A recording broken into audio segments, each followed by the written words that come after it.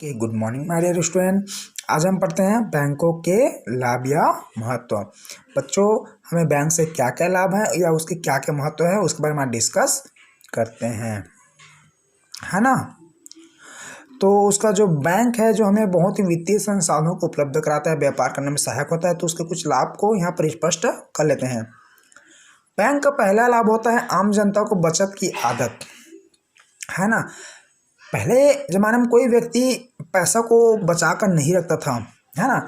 आप अपने घर में पैसा रखे हुए, यदि आपको मैं 10,000 रुपये दे देता हूँ आज की डेट में, तो आपको 1 महीने बाद आपके पॉकेट में 10,000 नहीं बचेगा। वो पैसा किसी न किसी तरीके से खर्च हो ही जाएगा। लेकिन वही पैसा बैंक में चला गया, मैं बैंक में जमा कर दिया, तो पैसा बैंक में ही सुरक्षित रहेगा, वो पैसा खर्च नहीं होगा। तो बैंक के आने से हमें बचत की आदत होती है। हमें पास जब भी पैसा थोड़ा एकत्र होता है हम उस पैसों को बड़ी मात्रा में एकत्र करने के लिए हम उसे बैंक में संचय कर देते हैं, जिससे हमें बचत की आदत हो जाती है। ठीक है बच्चों। दूसरा है बहुमूल्य संपत्ति की सुरक्षा।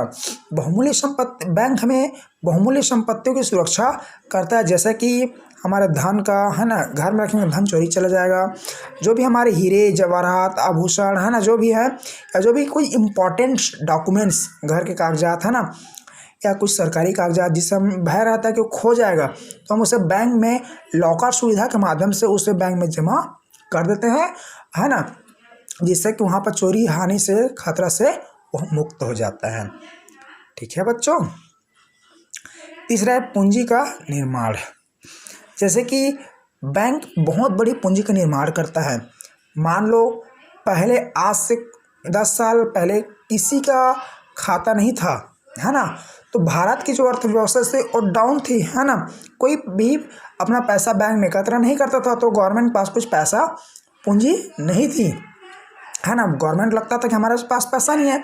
लेकिन जब से 2013 से सभी का जन धन खाता खुलना स्टार्ट हुआ है, तो प्रत्येक व्यक्ति अपने खाते में कम से कम 1,000 रुपये रखता है ना। कम से कम 1,000 रुपये प्रत्येक व्यक्ति खाते में है।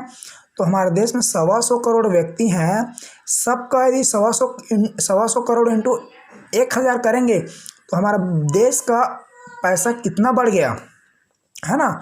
जो हमारे भारत देश में पहले बैंकों में पैसा नहीं जमा होता था, अब गवर्नमेंट देख रही है कि सबका खाता खुलने पर प्रति व्यक्ति 1,000 रुपये खाते में जमा है, तो कितना न कितना पैसा बैंक में जमा हो गया, जिससे भारत की अर्थव्यवस्था सुधरने लगी है। तो जैसे कि पहले भिखारी हुआ करता है, भिखारी के पास पैसा रहता तो वो खर्च हो जाता है, लेकिन वो व्यक्ति बेघर भीख मांग कर पैसा को बैंक में जमा करता है। बैंक उस पैसा को एकत्र करके ज़रूरतमंद लोगों को व्यापार करने के लिए पैसा उपलब्ध कराती है। ठीक है बच्चों। जिससे क्या होता है, पूंजी का निर्माण में सहायक प्राप्त होती है ना। चौथा है धन का अंतरण। हम बैंक के माध्यम से हमें यह सुविधा है कि हम एक स्थान से दूसरे स्थान, मतलब एक राज्य से दूसरे राज्य, है ना, आसानी से उस पैसे का लेन देन कर सकते हैं।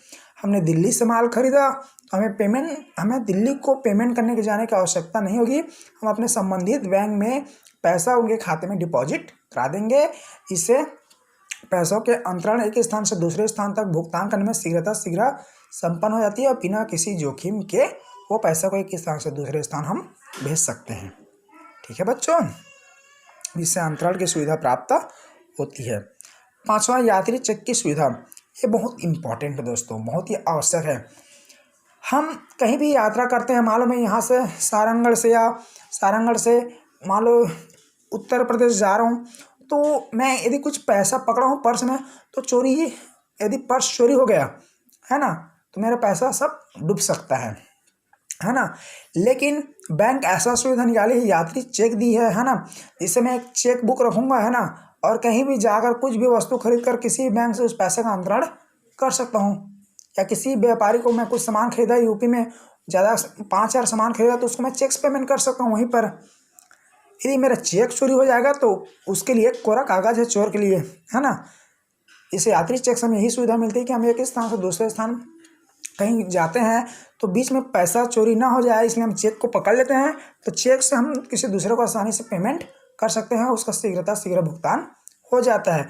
इससे हमारा जो वर्तमान जो पैसा है वो चोरी और हानि होने से बच जाता है। ठीक है बच्चों। नेक्स्ट है भुगतान में सुविधा। बैंक के आने से हमें एक स्थान से दूसरे स्थान माल खरीदने, माल बेचने पर है ना, भुगतान करने संबंधी कोई समस्या नहीं होती। हम आसानी से उसका भुगतान कर सकते हैं।